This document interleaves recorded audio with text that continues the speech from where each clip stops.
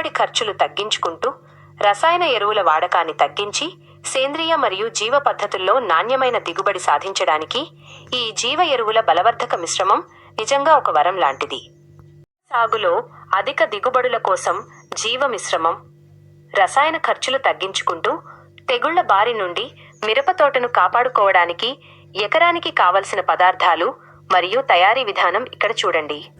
ఎకరానికి కావలసిన పదార్థాలు: మాగిన పశువుల ఎరువు 150 కిలోలు, వేపపిండి 50 కిలోలు, ట్రైకోడెర్మా విరిడి శిలీంధ్ర నాశిని 1 కిలో, సూడోమోనాస్ బ్యాక్టీరియా నాశిని 1 కిలో, ఎన్పీకే కన్సార్టియం పోషకాల లభ్యత కోసం 1 లీటర్, బవేరియా పురుగుల నివారణకు 1 లీటర్, మెటారైజం భూమిలోని పురుగుల నివారణకు 1 లీటర్, పొటాషియం హ్యూమేట్ లేదా హ్యూమిక్ యాసిడ్ 1 కిలో, మైకోరైజా వేర్ల వృద్ధికి 4 కిలోలు.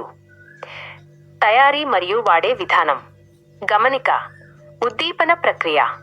పైన పేర్కొన్న అన్ని పదార్థాలను ఒకదానితో ఒకటి బాగా కలపాలి. ఈ మిశ్రమంపై కొద్దిగా నీరు చల్లి తేమ ఉండేలా చూసుకుని 24 గంటల పాటు నీడలో ఉంచి ఉద్దీపన ఇనాక్యులేషన్ చేయాలి. దీనివల్ల మేలు చేసే సూక్ష్మజీవులు వేగంగా వృద్ధి చెందుతాయి. వాడే సమయం: మిరప మొక్కలు నాటడానికి ముందు లేదా విత్తనాలు విత్తే ముందు పొలంలో వరుసలలో రోస్ లేదా ఎకరా మొత్తం సమానంగా చల్లుకుని దుక్కి దున్నుకోవాలి.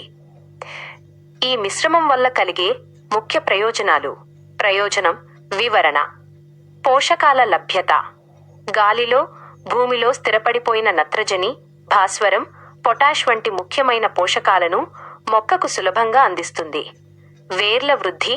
మైకోరైజా మరియు హ్యూమిక్ యాసిడ్ వల్ల వేర్ల వ్యవస్థ వేగంగా, బలంగా పెరిగి భూమి లోతుల్లోని పోషకాలను సైతం గ్రహిస్తుంది. రోగనిరోధక శక్తి.